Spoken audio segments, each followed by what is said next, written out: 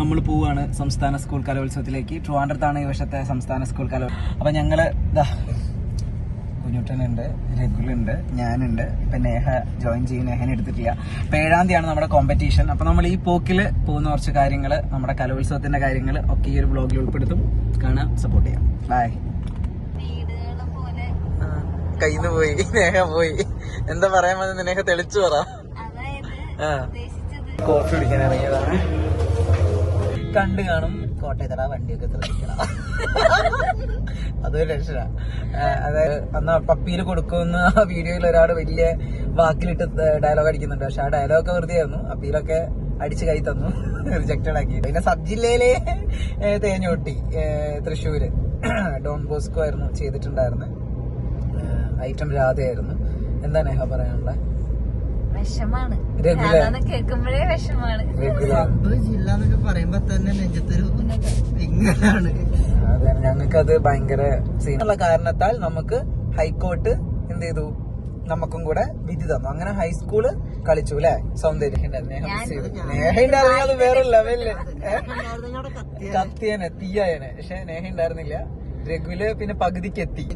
പിന്നെ കുഞ്ഞോട്ടുണ്ടായിരുന്നു. ഈ വ്യക്തി കൈയും കെട്ടിയിട്ട് പുറകെ എന്ന് പറയുന്ന ഐറ്റത്തിന്റെ കോസ്റ്റ്യൂം നമ്മൾ കോപ്പി അടിച്ചു അല്ലെ. കോസ്റ്റ്യൂം പിന്നെ ഹെഡ് എല്ലാം കോപ്പി അടിച്ചു എന്നാണ്.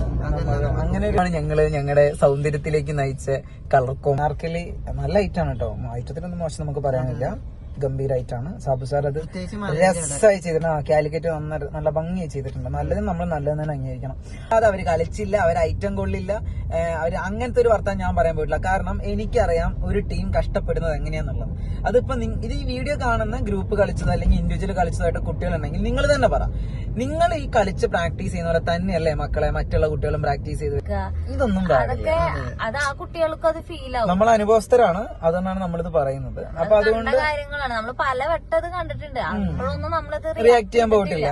സാർ അങ്ങനെ നടന്നിട്ടില്ല എന്നുള്ളത്. അപ്പൊ ഓക്കെ, ഞാൻ ആ പറഞ്ഞത് ലീവ് ചെയ്തു. പറഞ്ഞു കേട്ടതാണ് ഞാൻ. റിസൾട്ട് കിട്ടുമ്പം കമ്പിത്തിരി കത്തിക്കുക, എന്തൊക്കെയോ പറയുന്നത് കേട്ടു. പക്ഷെ ജില്ലയിൽ എനിക്കായിരുന്നു ഫസ്റ്റ്. ഞങ്ങൾ കമ്പിത്തിരി എടുക്കാൻ പോയിട്ടില്ല, പൂത്തിരി എടുക്കാൻ പോയിട്ടില്ല, ആരുടെ നെഞ്ചത്തും കയറാൻ പോയിട്ടില്ല, ആരും കളിയാക്കാനും പോയിട്ടില്ല. നമ്മൾ സമ്മാനം കിട്ടി, കുട്ടികൾ അവിടെ നിന്ന് അവരുടെ സന്തോഷം പങ്കുവെച്ചു, നമ്മൾ ഫോട്ടോസ് എടുത്തു, പിരിഞ്ഞു. അതാണ് ഒരു ക്വാളിറ്റി എന്ന് പറയുന്നത് ഞാൻ കാണുന്നത്. മനസ്സിലായില്ല? അവര് കേറുകയാണെങ്കിൽ കേറട്ടെ.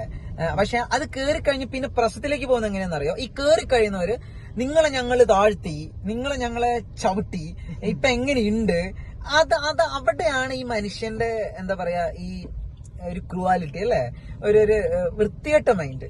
അത് മാറുക. നമ്മൾ പറയുന്നത് കിട്ടിക്കോട്ടെ. അവര് കേറുകയാണെങ്കിൽ കേറട്ടെ. മത്സരമാണ് ഇല്ല എന്നല്ല. പക്ഷെ മാർക്ക് കിട്ടാൻ വേണ്ടിയും കഷ്ടപ്പെട്ടും വരുന്നുണ്ടെങ്കിൽ അവർക്ക് അത് കിട്ടണം എന്നുണ്ടെങ്കിൽ നമ്മളൊരു മാർക്ക് മുകളിൽ കയറുകയാണെങ്കിൽ അവർക്ക് കിട്ടിക്കോട്ടെ.